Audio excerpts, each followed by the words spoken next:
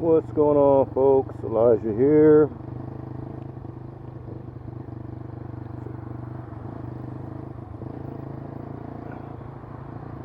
Always try to say hi, what's up to all the hardworking people, UPS and FedEx.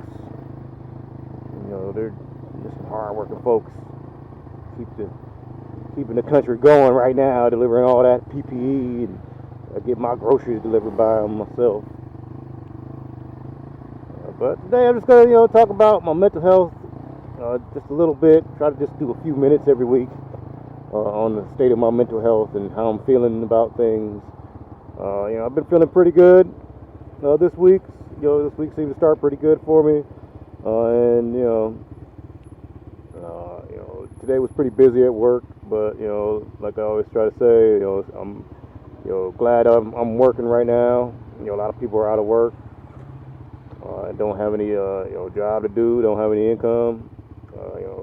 Worried about if they can pay the rent, or maybe they can't even pay the rent or put food on the table. They got to go to over to the food bank just to get a meal. And it is it's one of those things. So I've been feeling pretty good this week. I guess you gotta say, today was the first day in a while that I woke up and I wasn't super groggy from all the medication. I didn't have to drink a cup of coffee just to get going, so that was nice. Wake up early and have more energy. Because I've been working out, hitting the weights pretty hard, which I do at home, and it has been really interesting. Is that I've noticed that since I've started my antidepressant medication, that hitting my workout goals has been a lot easier, and I seem to have been able to stay more focused on actually getting more proficient. Definitely been working out more consistently, which I kind of for some years now I really had a problem being consistent with my workouts, and it kind of always just end up stopping. And so that's why I encourage people, man, take care of your mental health.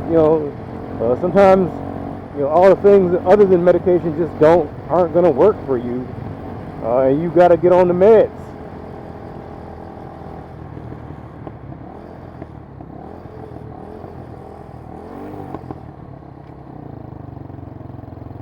And fucking crazy people out here, Jesus Christ, agers, man.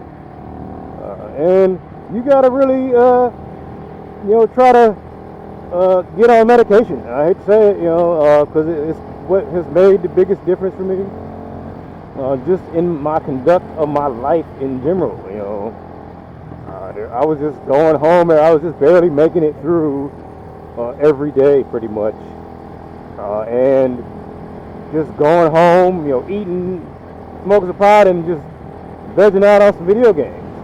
And not really doing a lot of the things that I love to do, like riding my motorcycle, or fixing my motorcycle. I didn't fix my motorcycle, just go home and not do nothing, just because I'm just so mentally worn out and just empty mentally, that I just couldn't do anything, didn't work out. Just was really just not doing well, as far as just doing the things that you're supposed to do in life, that's going to give you enjoyment and satisfaction. Trying to improve yourself all the time and strive to do better, be a better person. Those things can be hard to obtain, when your mental health is bothering you. You want to do a good job at work and things like that. But if your mental health ain't good, everything is going to be really difficult. And I was aggro and angry all the time. Little things were really making me really upset. And now I notice, man,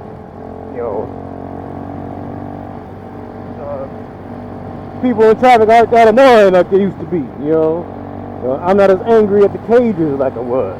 I'm just a lot more calm. Stuff doesn't rattle me like that lady coming head on at me there. I don't know what her problem was. She looked all surprised. That's why make sure you're ready to flat. That's why I got the day maker. You start flashing that mug on them, they'll change their tune usually. Hopefully they'll see you, before they get towed up. But too kind of behind me. But just not really rattled, which is really important in motorcycle riding. That you don't get easily rattled, even when you might be in some perilous danger, especially when you can put yourself out of that danger by doing something about it. So life was just tough before I started medication. It was just getting tougher and tougher every day. I mean, things were just affecting me more and more and more and more, and it just was like, dude, you got to do something, dog. And so that's why I encourage other people out there, if the meditation and therapy and all that's not working, tell your doctor to put you on some medication, because it, at least in my case, it did work. Luckily I don't have like severe mental illness, or I'm not one of those people. I was watching another YouTuber I watch, and they were talking about like they have suicidal thoughts. And they were just like a really young person. I'm like, hey, suicidal thoughts, like, and you might think people's lives are, going really well, but they might have suicidal thoughts every day that they're dealing with, no matter how well they're doing, or what they look like, or where they live, where they're from. So like I said, you really got to be thankful for what you do have, and I think your mental health is bad. You can really start thinking, hey, what do you need, some luggage? That everything is coming. Basically, you become a Chicken Little. The sky's falling constantly, and you really just can't see the good in things. You can't see the good in people, and you may even have a hard time seeing the good in your own self. But that's kind of like that's hogwash. That's just, that's how your mental health is going bad in the first place. You are important to people. You do matter, and your life matters to society and to your friends and family, especially. And that's all it really needs. The people. Those are the only people you need to really matter to. And if you don't matter to them, well, hey, get some new people. That's what I say. But you can't just let yourself keep suffering out there. And I really let myself suffer for, like, I want to say probably a good 5 years before I finally, just because I had no choice, finally up and did something about my mental health. And it was just such a sea change in my mentality every day. And I'm much more focused. Feel like I'm doing a better job at work. My interactions with people are much more positive. Able to achieve just the goals I have and things I want to do. Projects and stuff, I'm getting them done. Weights, I'm hitting my weightlifting goals and whatnot. Getting my reps up. Getting my body back strong, and that's all stuff that's just difficult when your mental health is not well. So, again, guys, if you're having trouble out there, don't feel alone. Anybody's mental health can go, especially these crazy times. We can all, anybody can suffer mental illness at any time. It can pop up. But there is relief to that suffering. And in my case, it's going on medication. And I know there's a lot of stigma with getting on medication. But I think that's just because, that's the toxic masculinity of America. And obviously it's in the motorcycle riding community, toxic masculinity. But it is a dead-end road, literally. I mean, when you see, like in places like Utah, most people that get shot, are people that shoot themselves, you really kind of ask, like, wow, like, that's not good. Like, these people have, obviously, mental health treatment a lot of times in a lot of places just inaccessible, non-existent. It could be expensive. And if you get somebody treating you that doesn't really care about your health outcome, they can lead you down a dark, bad road.